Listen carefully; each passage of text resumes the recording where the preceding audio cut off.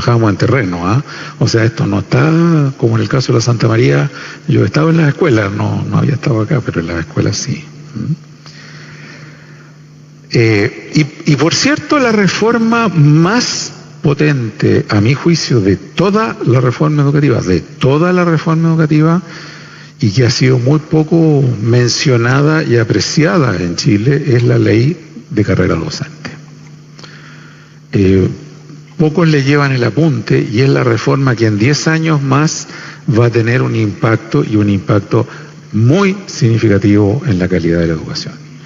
Es una ley que no solo le mejora remuneraciones a los profesores, sino que mejora los estándares para entrar a estudiar pedagogía, los estándares y maneras de entrar a educar en las escuelas, la carga laboral de los profesores, es decir, ayuda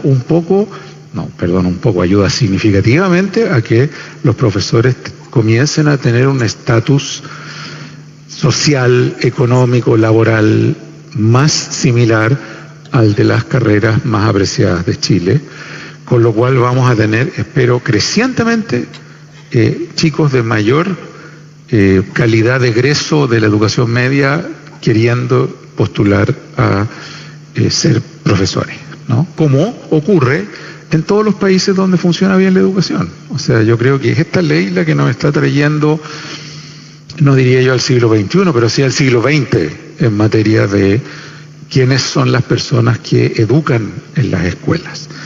Para que ustedes se formen una idea, esta ley, cuando ya esté plenamente en funcionamiento, tiene un ingreso gradual, va a inyectarle $2.500 millones anuales a la profesión docente. Es la más grande de las inyecciones de dinero, más aún que la reforma de educación superior, para los profesores de las escuelas y la educación parvularia de Chile. Por tanto, en ese sentido han habido grandes reformas estructurales, pero con un debe que todavía no se hace presente, y es que las aulas todavía no se enteran. Las aulas de la educación escolar siguen básicamente estando como han estado todo este tiempo, ¿no? Esa es la situación. Ya mencioné preescolar, esa es en un muy rápido pasada la situación escolar. Por supuesto, si cualquiera de ustedes tiene una pregunta, por favor llene su hojita y con todo gusto contestaré todas las preguntas que me hagan, excepto aquellas más personales. Vámonos a la educación técnica, como una pasada general. No quiero casi ni aburrirlos con la tremenda importancia de la educación técnica profesional en el mundo y en Chile, ¿no? La ruta, como lo dije, a la equidad de ingresos de cualquier país es la educación técnica, no es la educación universitaria. Por Dios, o sea, es importante que de una vez por todas la entendamos. Si nosotros miramos a un país como Alemania o como Suiza o como cualquiera de los países donde la educación técnica es valorada, Canadá, mire, le voy a dar un dato. Yo me he metido a las bases de datos, tal como aquí hay una base de datos de remuneraciones de las distintas carreras, ¿no es cierto?, que existe en Chile. Existe una base de datos en Canadá, y me metí un día a sapear la base de datos, ¿no?, de salarios, y me encuentro con que un ingeniero universitario de la construcción civil, ¿no?, gana, por decir algo, 100, y el técnico especializado en muebles, pero certificado de que es un buen técnico en muebles, gana 70, 75. O sea, la dispersión salarial entre los profesionales universitarios y los buenos técnicos certificados, ¿no?, que la empresa tiene la certeza cuando lo contrata de que si va a ser técnico en muebles o en soldaduras va a hacer las cosas bien, la diferencia salarial se empieza a achicar tremendamente. Nosotros estamos recién en los albores de eso en Chile, pero ya hay algunas señales. Me metí a ver la base de datos de Chile y hoy día un técnico en metalurgia a los 5 años de profesión gana el doble que un periodista, ¿no? O sea, ya hay algunas profesiones técnicas, no muchas, pero ya hay algunas que casi duplican la remuneración de un profesional universitario, ¿no? En otras profesiones. Entonces, nosotros siempre, y no tengo para qué decirlo, nos hemos quejado y vivido del problema de la equidad, la inequidad de Chile, que es una cuestión aterradora, ¿no? Y no tengo que seguir dándole vuelta a eso. Pero la ruta a la disminución de la inequidad en Chile es la educación técnica, queridos. No es la educación universitaria. ¿Saben por qué? Porque ya tenemos una población de estudiantes universitarios equivalente a la de los países avanzados. O sea, no vamos a sacar absolutamente nada con darle vuelta a la maquinita de sacar más estudiantes universitarios, porque ya tenemos una tripulación de egresados suficiente y más bien tenemos muchos egresados universitarios manejando Uber, ¿no? En lugar de estar trabajando en sus profesiones, ¿no? Entonces, la importancia, no quiero seguir destacándola porque es simplemente central, ¿no? ¿Qué ha pasado en este último periodo de 4 años en la educación técnica? Una reforma que, voy a ser sincero, con todo cariño, aquí tengo un amigo que pasó por esas lides, se crearon los CFT estatales, que honestamente yo considero que fueron un pequeño saludo a la bandera, ¿no? Como si estamos preocupados de la educación técnica, entonces vamos a crear CFT estatales. Pequeño saludo a la bandera simplemente porque abarcan menos del 2% de la matrícula y con suerte estamos más bien en el 1% hoy día de la matrícula de educación técnica. O sea, se habla de la gran reforma de los CFT que creamos y son, la verdad, son casi que pesan lo que un paquete de cabrita, ¿no? Entonces no estoy en contra del concepto, pero por favor, hablemos las cosas en la dimensión que tienen, ¿no? En el resto de los temas de educación técnica, al actual gobierno se le acabó la cancha. O sea, venía corriendo, pero llegaron los 4 años y de lo concreto no pasó nada. Pero sin embargo, casi al llegar el actual gobierno sacó 2 propuestas que son tremendamente importantes y que yo invito a que todos las estudien, porque es lo que les va a dar a ustedes el marco de desarrollo de la educación técnica en Chile por mucho tiempo.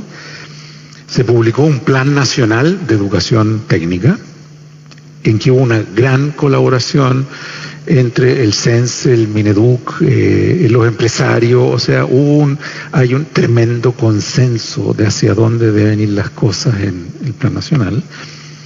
Y lo otro es que se publicó un marco de cualificaciones. Voy a hacer una pequeña prueba para que, yo tengo una hipótesis, pero voy a hacer una prueba. Levanten la mano, por favor, aquellos en la sala que han oído del marco de cualificaciones publicado por el gobierno. Ya. Yo pensaba que iban a ser menos manos, ¿no? Pero ya hay como 8 o 10, está bien. Véanlo, vean el marco de cualificaciones porque es tal vez el documento más importante que se ha producido en Chile. No solo para la educación técnica, sino que para el modelo de educación de Chile en educación superior, técnico medio y también en educación universitaria. Este marco lo que hace, y después voy a extenderme más en esto, define muy en el modelo europeo qué cualificaciones, en realidad no sé por qué le metieron la U adentro, ¿eh? En realidad son calificaciones, pero le pusieron cualificaciones por no sé qué razón. Debe tener una persona que está egresando de la carrera Z, X o Y, pero no solo en materia de conocimientos, ni menos aún de conocimientos tipo PSU, sino en conocimientos, habilidades y competencias. Y con grados muy nítidos, la persona que está en el nivel 5, 4, 3, 2, 1, y esto se desarrolló por ahora en solo 3 profesiones, pero en 3 muy importantes, ¿no? En todo lo que es, por aquí lo tengo anotado, en logística, en informática y en minería, ¿no? Pero esto es lo mismo que debiéramos aplicar en kinesiología y en medicina y en esto. Y es el marco de cualificaciones el que debiera permitir la mutación de trayectorias de las personas y el darle flexibilidad a las personas. O sea, usted llegó hasta 3er año de ingeniería mecánica, pero bueno, déjeme medirle sus cualificaciones en estos 3, veamos en qué nivel está y dónde puede entrar, ya sea a seguir estudiando o a trabajar. O sea, es una reforma mayúscula, pero del cual nuestro grado de avance hoy día es el 1%. Entonces, porque simplemente se estipuló qué es lo que es, se concordó, y estos marcos de cualificaciones no se hicieron en un escritorio, se hicieron en contacto con la industria informática, en contacto con la industria minera, ¿no? Y en contacto con la industria logística. Entonces, son un consenso de lo que debe ser y saber un estudiante. Por favor, véanlo, porque para allá va la micro del sistema educativo, ¿no? Entonces, pero lamentablemente esto se publicó hace 2 meses. O sea, ya cuando la cancha se le, ¿no? Estaba callando. Por cierto, hasta el día de hoy no existe en el organigrama del ministerio una oficina llamada Educación Técnico Profesional, para que ustedes vean la importancia que se le ha dado a este tema, que era considerado históricamente como un tema así como que para los pobres, ¿cachai? O sea, no vamos a tener una oficina de educación técnica en el ministerio, ¿no? Hay una oficinita, pero que está como ahí como metida de casualidad, porque no está en ninguna parte del organigrama del ministerio, ¿no? Entonces, ha pasado, pero cosas teóricas muy importantes, pero muy poco. Y lo otro que les puedo tal vez comentar es que en la candidatura de Sebastián Piñera, a última hora, así como presionado por los acontecimientos, se anunció la gratuidad hasta el 9º decil para los técnicos, ¿no? Y yo tengo toda la sospecha que sí va a ser verdad. Entonces, que va a ser además la herramienta que va a usar el gobierno para descomprimir un poco la tensión, ¿no?, que natural que vamos a tener. Entonces, es probable que haya gratuidad hasta el 9º decil, pero solamente en educación técnica y profesional. Eso es lo que se refiere a educación técnica. En educación superior, voy a partir por lo que a mi juicio es la muy buena noticia y después voy a comenzar los pelambres. Porque, ay Dios mío, pero bueno. La muy buena noticia son los cambios que hubo en la ley que se aprobó también ahora hace, ¿cuántos días se aprobó la ley de educación superior? Hace días, ¿no es cierto? Así como última hora, así como, ¿no? Ahí. Son los cambios en el sistema de acreditación. Porque el sistema de acreditación de Chile, déjenme decirles que ya no aguantaba más. Es un sistema burdo, voluntario, que ha permitido aberraciones como los cierres sistemáticos de universidades, la Universidad del Mar, recientemente la ARCIS, la otra, la Iberoamericana, todas acreditadas. Entonces, ¿qué es esta cuestión? O sea, realmente ha sido, con todo respeto por los señores de la Comisión de Acreditación, pero ha sido un sistema muy charcha. Y la ley viene a no solo a mejorar y hacer obligatoria la acreditación, ojo, obligatoria, ¿no?, sino que además cambia la institucionalidad. Porque no tiene ningún sentido, por Dios, que se que los miembros de la Comisión de Acreditación sean de las mismas instituciones que se acreditan. O sea, el conflicto de interés ya no puede ser mayor, ¿no? Entonces ya, esta ley salió muy bien en esa parte y yo espero que tengamos cambios significativos en el sistema de acreditación. Y déjenme decirles que yo me aventuro a vaticinar Algunos de ustedes me siguen en Facebook, levanten la mano los que me siguen en Facebook. ¿Ah? Ahí hay más, ¿no? Ya está bien, más que los que conocían de la calificación. Mi chapa en Facebook es Lucifer, ¿no? Entonces, como voy a hacer un oráculo luciférico, yo creo que en los próximos 10 años, más o menos, va a desaparecer la mitad de las instituciones de educación superior y carreras de Chile. Esa es mi predicción, mi vaticinio. Estoy como la señora esta, ¿cómo se llama? La Yolanda Sultana. Soy la Yolanda Sultana de la educación. Van a desaparecer la mitad de las carreras y instituciones charcha de Chile, gracias al sistema de acreditación. Ahora, no van a desaparecer más rápido, primero porque no van a poder acreditarlas, pasarlas por el sistema de acreditación más rápido, ¿no? Y segundo, porque no puedes estar dejando alumnos votados, ¿no? Entonces tienes que ver los tránsitos y cómo se hace la cosa. Y yo sospecho que van a haber también muchas fusiones o adquisiciones. Así que, señor rector, prepárese para comprar unas 3, 4 de las instituciones charcha que están en Temuco y en Valdivia y en Tarapacá, porque van a estar ahí para el mejor postor. Usted se puede expandir gracias a comprar instituciones charcha, yo creo, de ahora en adelante. Pero de a poco. Perdón, eso no está en mi consejo, se me ocurrió recién. No, pero es que esto ha sido una locura. Por favor, tenemos en Chile, país de 17 millones según el último censo, ¿sí? Tenemos 170 instituciones de educación superior. Es una cosa loca. O sea, cuando yo se la comento a profesores extranjeros me dicen, really, you must be crazy, ¿no? Han crecido como hongos todos estos, ¿no? Pequeños almacenes de barrio que se ponen un cartel afuera y que dicen Instituto Profesional Charchilandia y no sé qué, ¿no? ¿Y saben cuántas carreras hay en Chile? No, programas, no voy a corregir.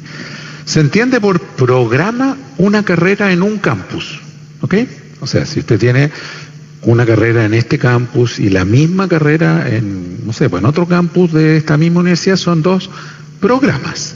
¿Por qué son programas distintos? Porque tienen profesores distintos, generalmente infraestructura distinta, ¿no? Por mucho que sean de la misma institución.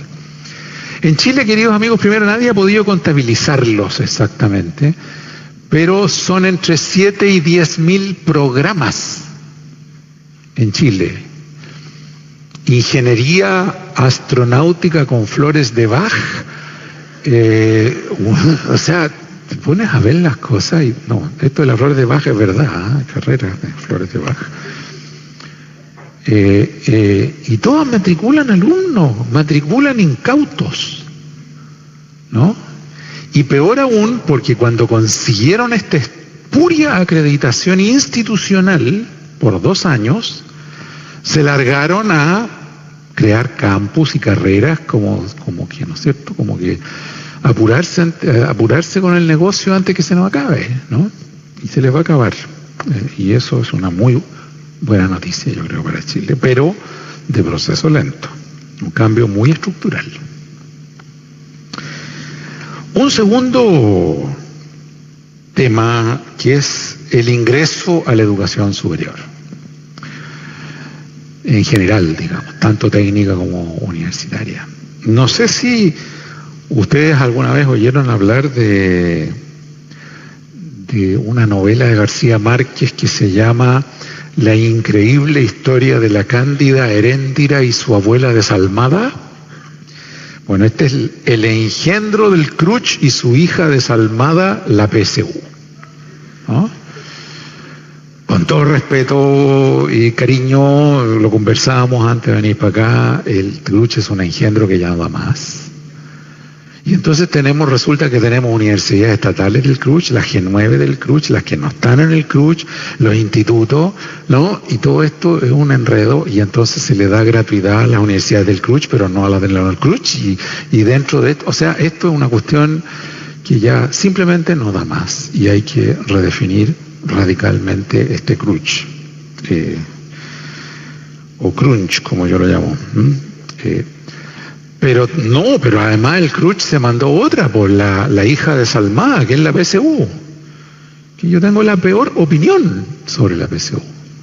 Chile, a mi juicio, estaba mucho mejor antes con la prueba de aptitud académica, porque era de aptitud académica. Y ahora entonces es contento el facsímile del PSU, contento facsímile. ¿Cuántos de ustedes se pasaron todo cuarto medio intentando partículas de facsímile de la PSU? Antes haciendo facsímile, ¿no? ¿Saben lo que hacen los facsímiles de la PSU? Me dijo mi señora que no dijera garabato, pero voy a dejar uno. Los facsímiles de la PSU ahueonan a los alumnos, querido. ¿Ah? Eso es lo que hacen, porque no los dejan pensar. ¿Lo sabes? Y a los profesores también, ¿ah? Y a los profesores también, ¿no?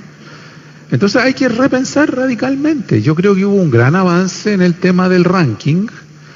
O sea, lo que tiene que ver cada vez más una institución de educación superior, sea técnica o universitaria, es si esta persona tiene lo que se necesita para salir como buen técnico o como buen universitario, y esas son aptitudes, más que llenado de hojitas, ¿no?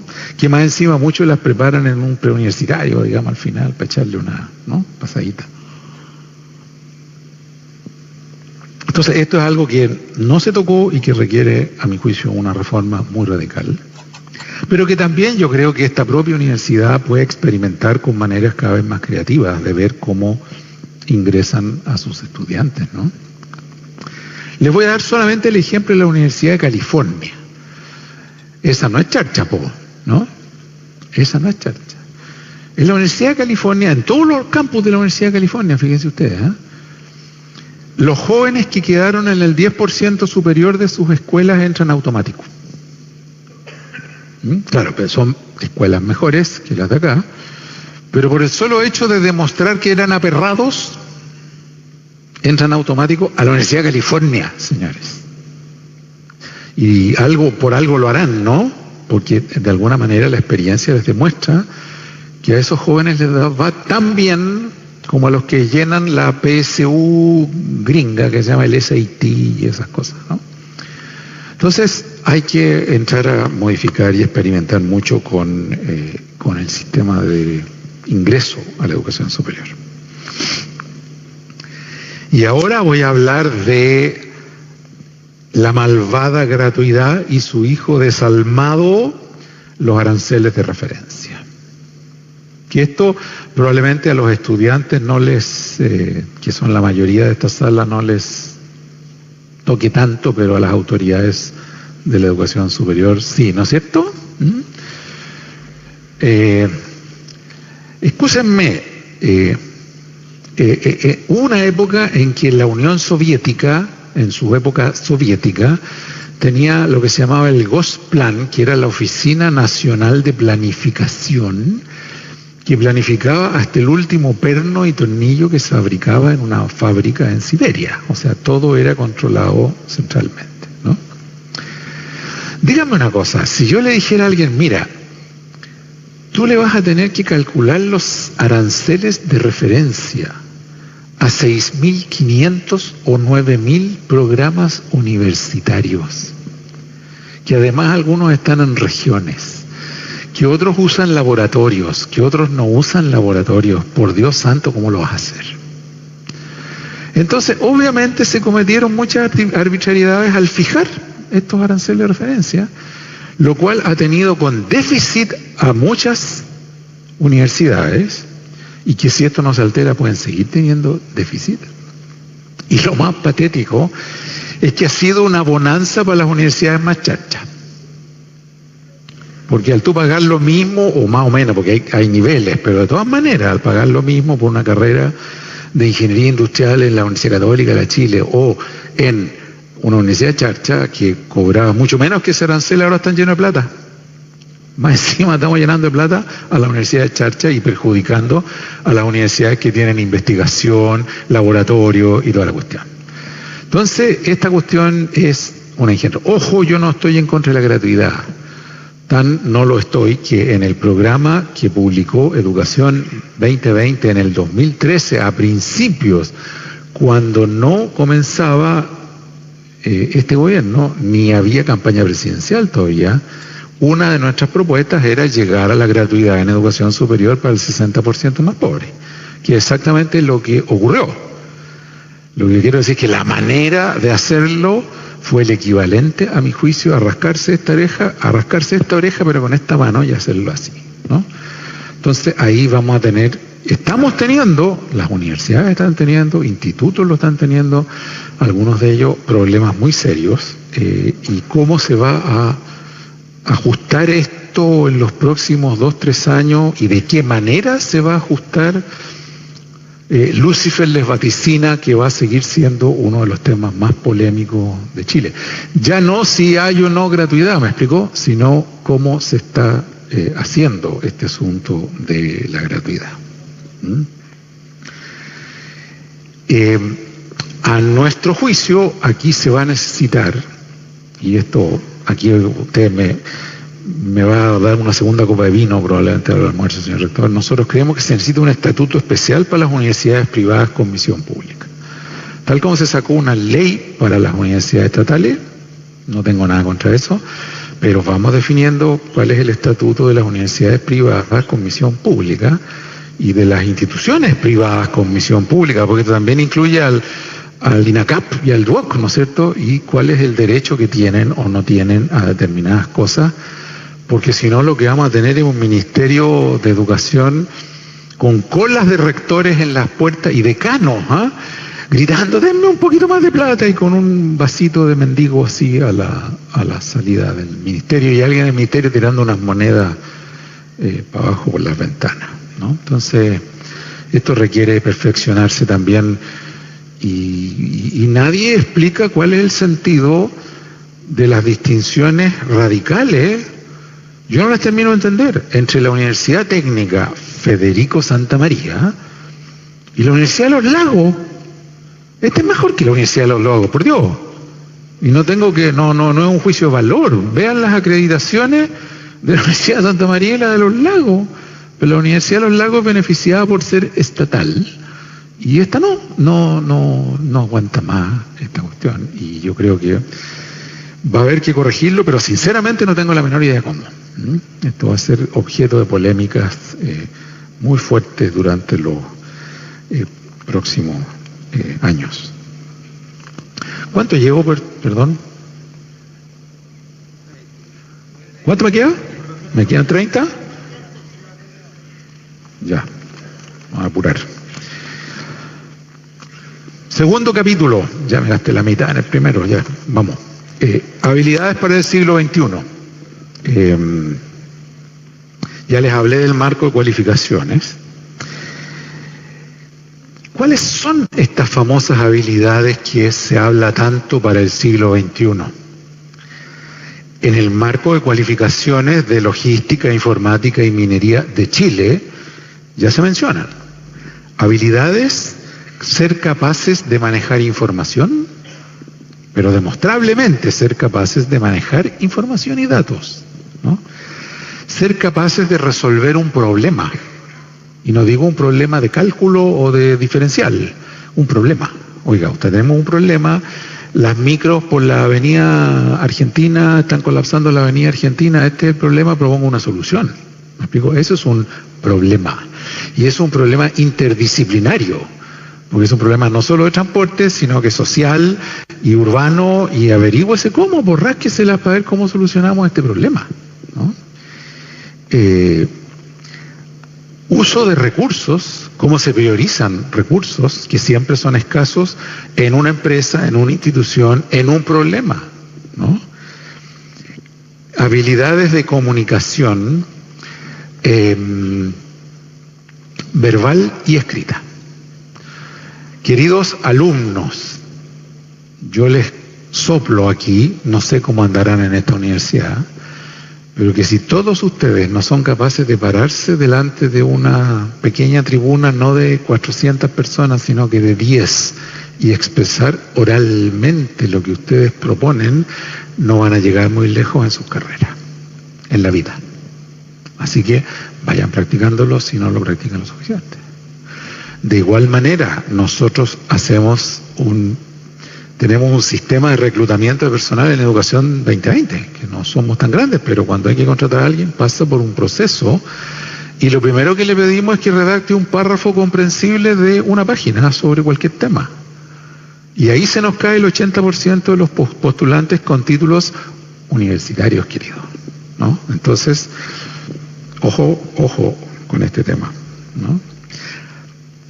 El segundo mundo de habilidades que pide el marco de cualificaciones es su aplicación en contexto. Cómo ser capaces de trabajar en equipo, no solos. A nadie le interesa la gente que no trabaja en equipo hoy día. Cómo tener autonomía de vuelo propia. Cómo tener ética y responsabilidad. Lo que yo les decía aquí de que la gratificación instantánea sirve para el Instagram, queridos, pero no para las pegas. Y por supuesto los conocimientos necesarios, ¿no? Del tema de electricidad o de lo que sea, ¿no? Y déjenme decirles una cosa, se han hecho encuestas recientes en 7 o 10 países, lo tengo mencionado en un libro que va a salir pronto. Los empresarios que contratan personal hoy día en América Latina y en el mundo avanzado, fíjense lo que les voy a decir, les interesan menos sus conocimientos académicos generales e incluso los específicos, como mecánica automotriz o gastronomía, y les interesan más este tipo de habilidades que les estoy mencionando. Entonces la gran pregunta que le traigo a esta universidad es, señores, ¿se les vienen las habilidades del siglo XXI? Porque ya estamos en el siglo XXI. Yo sé que ustedes han estado trabajando en esto, pero la pregunta es si están como universidad innovadora que han sabido ser realmente habilitando sus maneras de enseñar como para que esta sea la componente tal vez principal del proceso formativo, ¿no? En otras publicaciones, voy a simplemente dar la letanía rápida por tiempo, internacionales, ¿de qué hablan? En adición a las cosas que ya les he dicho, habilidades intra e interpersonales. Conciencia, fíjense lo que les voy a decir, conciencia plena de sí mismo, capacidad de introspección y meditación, entenderse a sí mismos, queridos alumnas y alumnos. Dediquen algunas jornadas en la cancha de fútbol a meditar o a hacer yoga, ¿ya? Pues lo van a necesitar. Inteligencia emocional y social. Hueones pesados no queremos. ¿Sí? Perdón, pero segundo garabato. Hay que confesarme con mi señora. La primera causa de despido son los pesados. No estoy bromeando, ¿ah? Rapidito. Oye, ¿estáis pesados, weón? A la tercera te me vais. No, pero es que es injusto, pero es que es subjetivo. Sí, pero eres pesado, te vais, pues, weón. ¿No? Perseverancia, resiliencia, determinación. Ya lo dije en el video. Creatividad, curiosidad, actitud emprendedora frente a la vida, no solo frente al trabajo. Esta siguiente es muy importante. Metacognición significa aprender a aprender. Mire, señor, si yo no tengo que estar explicando todo, man. Si ya le dije los fundamentales, ahora vaya y usted aprenda solito, man, cómo se resuelven estos problemas, ¿no? Valores y ética, habilidades para el trabajo, ya lo dije, algunos de ellos. Análisis de datos, fíjense ustedes. Ser capaces de procesar información. Tener los órdenes de magnitud claros. Entender lo que es un promedio. Eso se practica. A veces a mí me entrevista una periodista de la Universidad Católica y me dice, bueno, ¿y cuánto va a ser el presupuesto de este programa en Chile? Bueno, yo le contesto $300 millones. Y el día siguiente sale en el diario $3 millones o $3.000, porque no le resuena el número, ¿me explico? No le resuena ni el orden de magnitud. ¿Ah? Enfoque en el bien común y en la preservación del medio ambiente, ¿no? En fin. Ahora me voy rápidamente a el siguiente punto. Bueno, y todo esto, estas teorías del señor Weissluth, ¿y ahora qué hacemos? O sea, ¿cómo se hace esto, no? Nosotros estamos convencidos en Educación 2020 porque ya lo estamos probando, no porque sea teoría, sino que pues lo estamos haciendo en terreno. Ya estamos trabajando con cerca de 70 escuelas, ya no es tan poco, ¿no? Que hay maneras de enseñar habilidades del siglo XXI, que consisten casi en dar vuelta a las aulas y las mallas curriculares. Dar la vuelta pero en 180 grados, o sea, pararlas de cabeza. Les voy a contar la primera, que es la que nosotros estamos más apostando ahora, que son las tutorías. Muchas universidades hacen tutoría en el sentido de que un profesor tutora o un alumno tutora a otro alumno, un ayudante de cátedra me tutora a otro. No hablo de eso. Estoy hablando de tutorías en que un compañero tutora al otro en todo. ¿Ok? Y se los voy a dar con un ejemplo muy rápido, pero yo, ¿por qué me tironea esto? Pero bueno, les voy a dar un ejemplo muy rápido de cómo esto funciona. Cuando nosotros fuimos a aprender de esto en... es que esto, perdón, esto era lo que me está dando vuelta por el lado chueco. Don Mario me pidió que lo interrumpiera a los 45 minutos. ¿Sí? Estoy para cumplir con lo señalado. Tiene sus 45 minutos. Ya. ¿Cuánto me queda? 15 minutos. No es hasta las 3 de la tarde. Bueno, ya. Chuta, ¿cómo lo hago? Ya, rápido. Una tutoría, ustedes van a un aula de tutores en que el profesor nunca hace clases de nada. ¿Ok? El tutor es el coach. Los alumnos preparan sus temas de tutoría, no me puedo extender lamentablemente, y un alumno tutora a otro alumno, tutora a un apoderado sobre el teorema de Pitágoras o sobre la poesía XX en cuanto a sus significados, y le tiene prohibido el tutor explicarle al alumno. Lo único que puede hacer el tutor con el alumno es ir haciéndole preguntas sensatas, de manera que el propio alumno vaya llegando a sus conclusiones. Solo les cuento que hicimos una prueba piloto, en la primera generación de sistema de tutorías en Araucanía. Los chicos de Araucanía, de liceos técnicos de la Araucanía, queridos, en la prueba en que se les midió el conocimiento a principios de un año y después la progresión al final del año, lo hizo la Universidad Católica para que no anduviéramos nosotros haciendo nuestras propias autoevaluaciones, superaron en progreso a los jóvenes de colegios particulares pagados de Chile. Y eso es dato duro, queridos. En México ya están avanzando a tener 35.000 escuelas con tutoría, ¿ya? O sea, esto ya es una realidad. Nosotros ya hemos ido a Colombia, a Argentina, a explicar cómo esto ya se está derramando en el mundo y se puede hacer perfectamente en un aula universitaria. Es más, yo diría que se puede hacer con más facilidad que en un aula escolar, ¿no? Y el otro, que yo sé que mucho de eso ustedes ya lo tienen, pero yo creo que ustedes lo tienen que ir desarrollando en la medida de lo posible, es aprendizaje basado en proyectos interdisciplinarios, en que son los jóvenes los que incluso definen el problema. Después de definir el problema van pasando por una cierta secuencia en un equipo multidisciplinario, que me han dicho que ya lo están haciendo, pero en solo ciertos sectores de la universidad, y resuélvenlo, ¿no? En ese escenario, si en un taller de mecánica la práctica es cómo preparar, tornear un aparato para que cumpla con determinadas funcionalidades, la pregunta no es tornear el aparato, es ¿qué ponemos aquí para resolver el problema? Y tienen que ustedes partir desde discutir el problema, diseñar, ¿no? Y después tornear, ¿no? En todos los niveles educativos.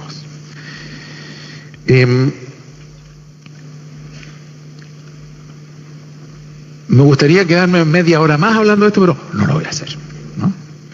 Para finalizar, me voy a quedar 5 minutitos más.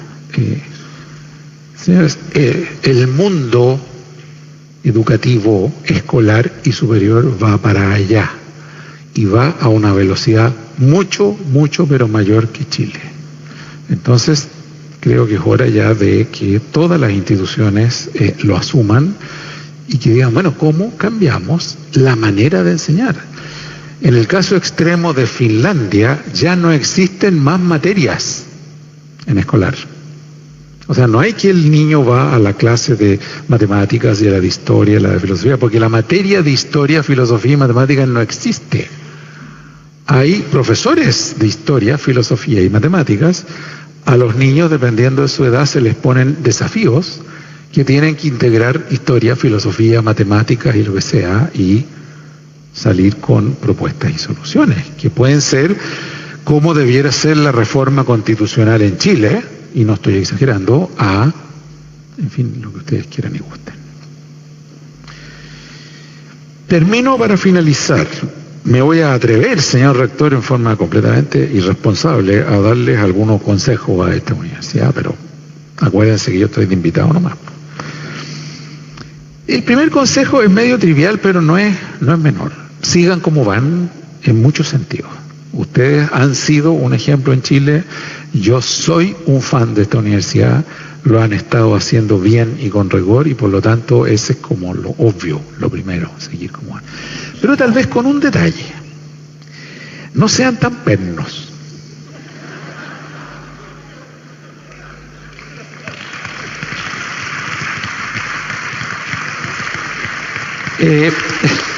Perdón por la insolencia, pero a ver, yo no estoy diciendo con esto que ustedes tengan que empezar a enseñar licenciatura en filosofía, no estoy diciendo eso. Estoy diciendo que los alumnos tienen que saber un poquito más de entender el mundo, de lo que es la historia occidental o de lo que es, ¿no es cierto?, o de quién es Nicanor Parra, ¿no? O sea, tienen que tener una comprensión del mundo los alumnos, y para eso solo saber de sus, ¿no?, materias técnicas no les va a ser suficiente, ¿no? La comprensión del mundo es una de las habilidades del siglo XXI, y para eso no pueden encerrarse demasiado en el saber técnico. Segundo, yo sé que ustedes tienen ya una cierta flexibilidad de trayectorias, ¿no es cierto?, para cruzarse de un lado al otro, o incluso pasarse de una ingeniería a otra dentro de la propia universidad. O sea, yo sé que, es más, yo creo que ustedes son el ejemplo nacional de flexibilidad de trayectorias. Profundícenlo, porque para allá va la micro, ¿no?, en la medida de lo que sea razonable. Tercero, este es un desafío no menor, el que les estoy proponiendo: avanzar hacia la certificación de sus egresados en el contexto del Marco Nacional de Cualificaciones. O sea, decir, miren señores, este joven no nos bastó aquí en la universidad con darle el título de lo que ustedes quieran, sino que aquí al lado está la certificación de habilidades, competencia y conocimiento, ¿no? Porque eso no solo lo va a ayudar a los egresados a conseguir trabajo más rápido y mejor remunerado, sino que ustedes van a poder ser la avanzada de cómo hay que avanzar en Chile en el marco de cualificaciones. Aunque no estén nacionalmente, pero en sus propios niveles, ustedes digan, mira, toma, estos son tus certificados, ¿no?, que tú podrás ir a mostrar a una empresa o a donde sea que tú trabajes. Serían ustedes los pioneros si lo hacen. Yo diría, de veras y con la mano en el corazón, profundizar aún más las modificaciones en la manera de enseñar. Atrévanse con algunas pocas aulas y con algunos pocos niveles de estudio a darlos vuelta. No sé si me explico, completamente. O sea, ya, este nivel de curso es puro problema, por decir algo. O esta aula ahora son puras tutorías, y se puede, yes you can, y no tienen por qué hacerlo en toda la universidad de golpe, sino que pueden perfectamente ir haciendo pilotos de lo que podríamos llamar innovación pedagógica radical.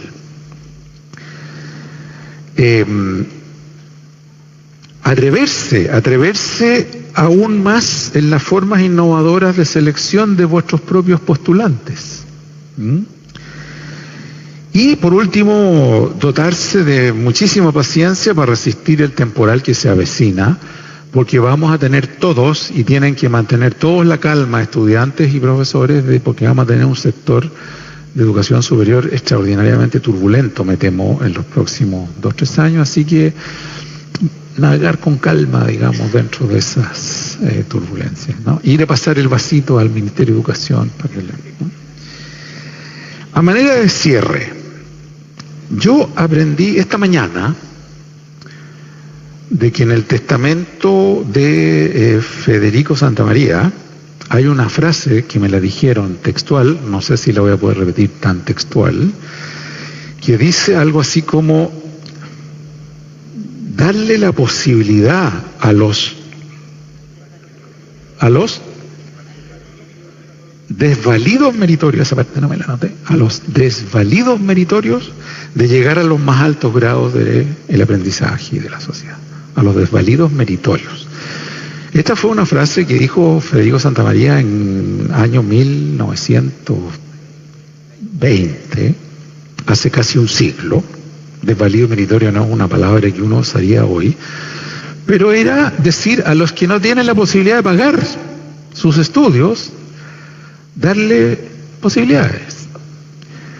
Déjenme decirles que hay, y se las puedo hacer llegar después, están en un estupendo libro que se llama Se acabó el recreo, pero que ya no sé si está en las librerías, las frases que dijeron los fundadores de la Universidad de Chile y el fundador de la Universidad Católica en 2 textos que están escritos, queridas y queridos, que dicen: a las clases menesterosas se las debe separar de los que necesitamos mejores y mayores saberes, porque darles más educación sería dañino para la sociedad. Y esto lo dicen en distintos tonos y términos. El de la Católica lo dice como manera pecaminosa ya. Esta era la opinión de toda la sociedad, de la élite de la sociedad chilena hace 1 siglo y 1 siglo y medio. Y en ese sentido Federico Santamaría fue un verdadero pionero, y yo verdaderamente los felicito a ustedes por haber estado siguiendo la tradición del testamento de Federico Santamaría. Muchas gracias.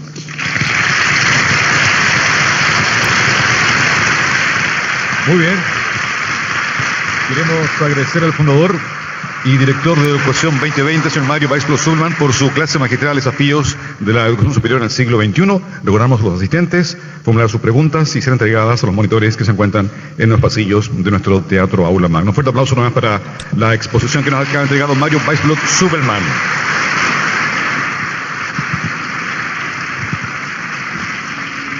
Muy estimadas amigas y amigos, vamos a iniciar la ronda de preguntas en la que participarán profesores y estudiantes de todos los campus y sedes de nuestra Casa de Estudios Superiores. Para ello, queremos invitar a ponerse de pie al director de Enseñanza y Aprendizaje, señor Hugo Alarcón Opazo, quien nos presentará las preguntas. Don Hugo, buenas tardes, queda a cargo de la palabra. Muy bien, muchas gracias. ¿Se escucha? Sí. En primer lugar, quiero decir que estamos muy contentos porque hemos recibido una gran cantidad de preguntas y las que voy a leer no son necesariamente con una redacción tal cual fueron hechas, porque tuvimos que juntar muchas de las preguntas en una sola. De hecho, había preguntas que en esta sala fueron hechas principalmente por estudiantes y que son coincidentes, prácticamente es la misma pregunta, entonces en algún momento la voy a mencionar. La primera pregunta fue hecha aquí en el campus Casa Central Valparaíso y dice: ¿qué dimensión tiene en importancia los investigadores jóvenes para Chile y el mundo?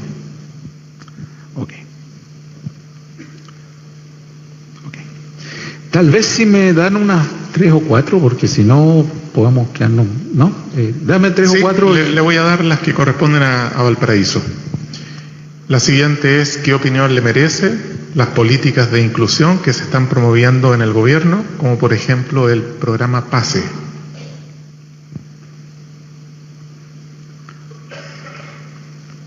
Sí. La siguiente viene desde la sede Viña del Mar y pregunta si es la educación técnica dual una alternativa real para el fortalecimiento de la educación técnico-profesional en nuestro país. Estoy dando PSU. Deme 3 opciones. Y la sede Concepción: ¿cuáles son los desafíos que tiene la educación superior respecto a las diferencias curriculares que se dan entre los jóvenes egresados de establecimientos escolares científico-humanistas y los de técnico profesional.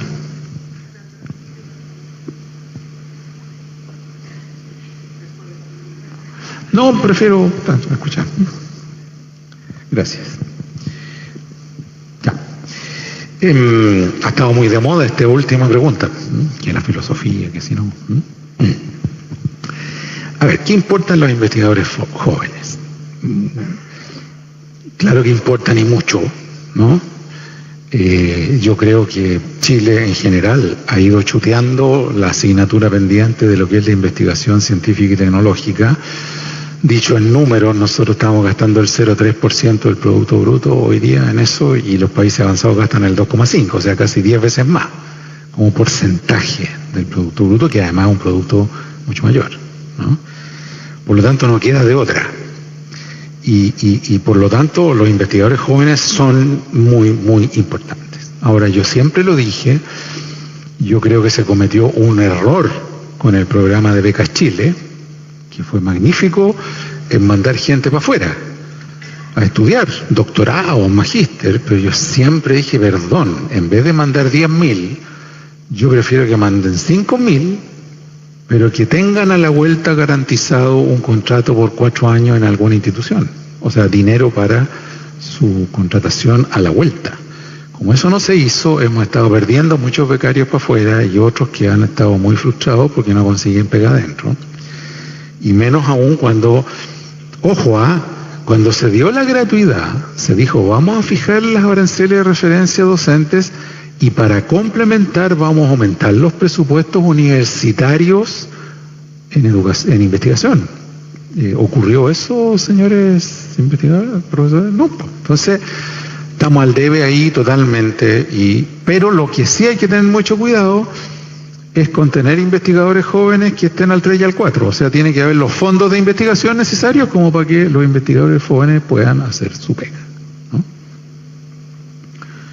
Políticas de inclusión, por ejemplo, el PASE, voy a ser muy corto, excelente.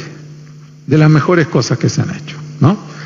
Y por lo tanto, seguir por ese lado y ampliar el PASE y todo lo que sea el PASE, yo lo encuentro simplemente excelente. No me voy a detener, pero por lo positivo, digamos, de la cuestión. La dual es una alternativa real. Yes, nosotros lo hemos propuesto. Por cierto, si alguien quiere anotárselo, se me pasó dárselos.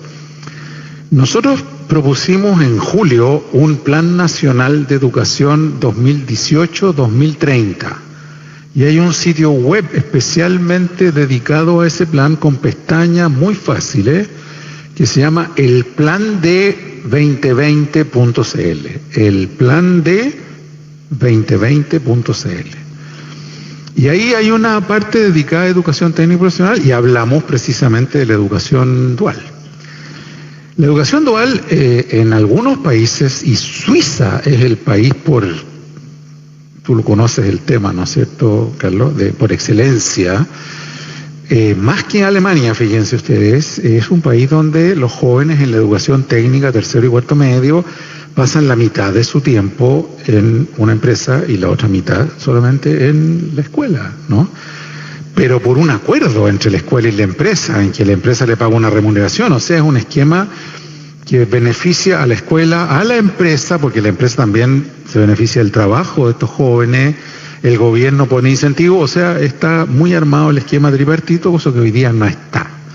Y claramente creo que debiéramos avanzar hacia el sistema dual formal, lo cual no quita que las pasantías en empresas de los estudiantes de la educación media y superior técnica debieran ser, creo yo, parte importante de la formación, ¿no?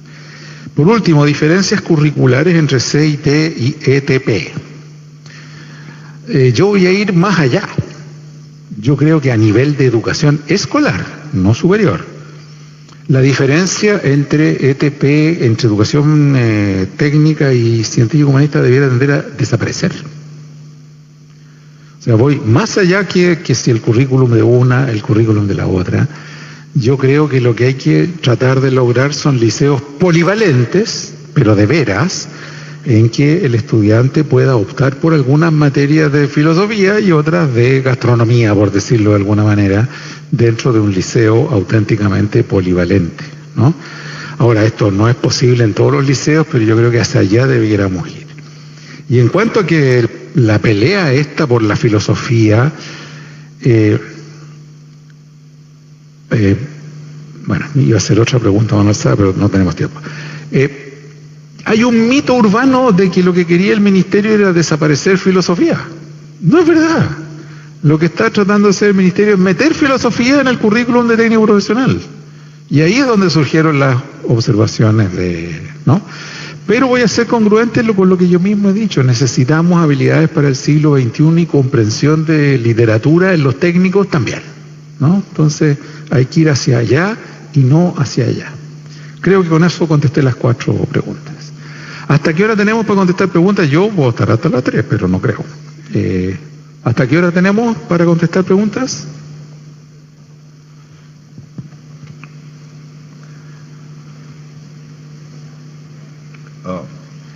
Micrófono para don Hugo.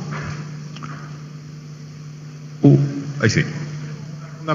Una ronda más. Sí, de preguntas. La siguiente pregunta viene del campus Vitacura y dice, ¿qué opina sobre la política de gratuidad con respecto a los inmigrantes? Ya. Esta es la pregunta que se repitió aquí en la sala y en el campus San Joaquín. Hay un gran interés parece por los estudiantes que fueron muy buenos en la PSU, en saber de algún buen mecanismo para ingreso a la universidad que no sea la PSU. Ya. Ok. En el aula también, aquí en el aula magna, se hizo la siguiente pregunta, ¿qué opina sobre el nuevo decreto del Mineduc que elimina la repitencia automática y la exhibición de ramos? Ya.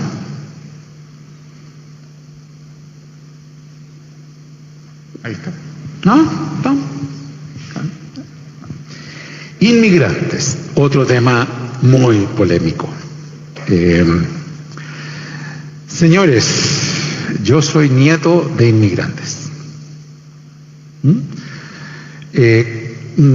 ¿Hay profesores aquí o alumnos que sean nietos de inmigrantes? ¿Ya? ¿O hijos de inmigrantes? ¿O inmigrantes? ¿No? Bueno, yo creo, y esto da para una larga polémica, pero voy a afirmar, si hay un inmigrante legal en Chile, bajo las normas de la legalidad chilena, esos inmigrantes, a mi juicio, tienen que tener los mismos derechos que los ciudadanos chilenos en todo, no solo en la gratuidad.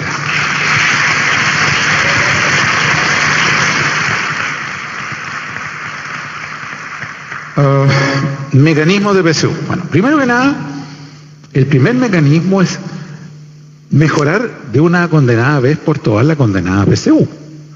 Tenemos informes del extranjero, de la comisión, no me acuerdo cómo se llama, o de una entidad internacional, diciéndonos hace años que esta PSU no está bien hecha y que hay que hacer una mejor PSU. O sea, de entrada, ¿no? Si no la vamos a cambiar, por lo menos hagamos caso a lo que nos vienen diciendo.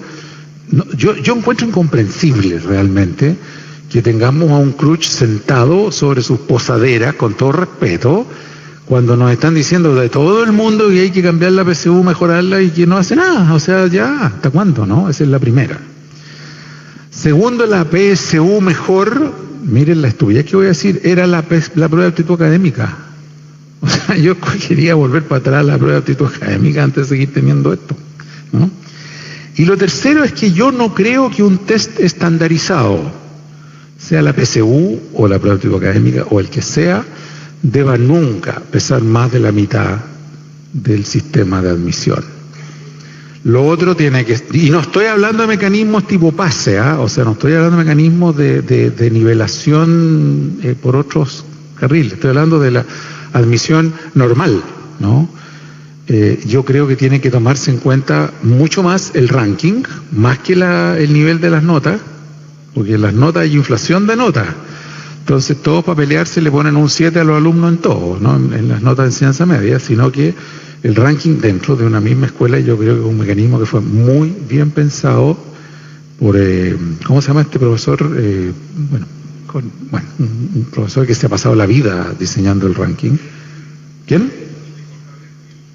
Francisco Javier Gil. Yo creo que él merece un aplauso, todos nosotros.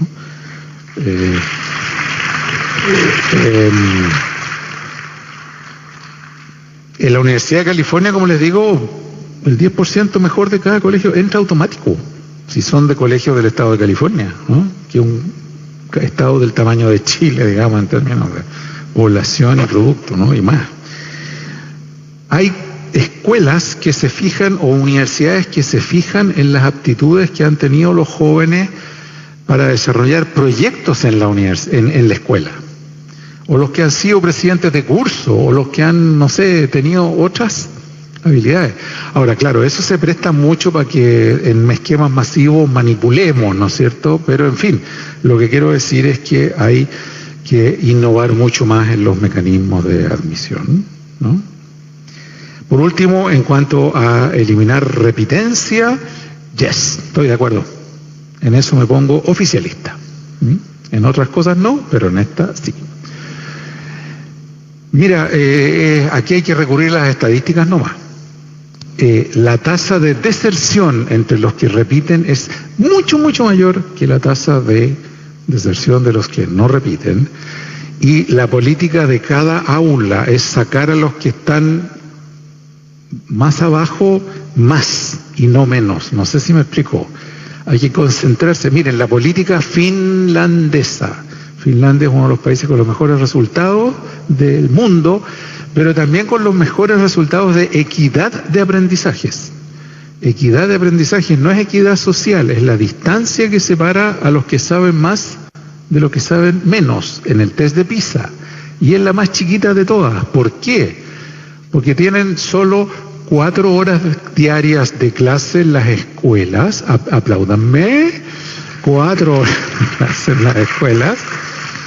Pero las otras 4 horas están en talleres y los profesores tienen como mandato en esas otras 4 horas concentrarse en el 30% más atrasado de cada aula para sacarlos para arriba. Y los sacan para arriba.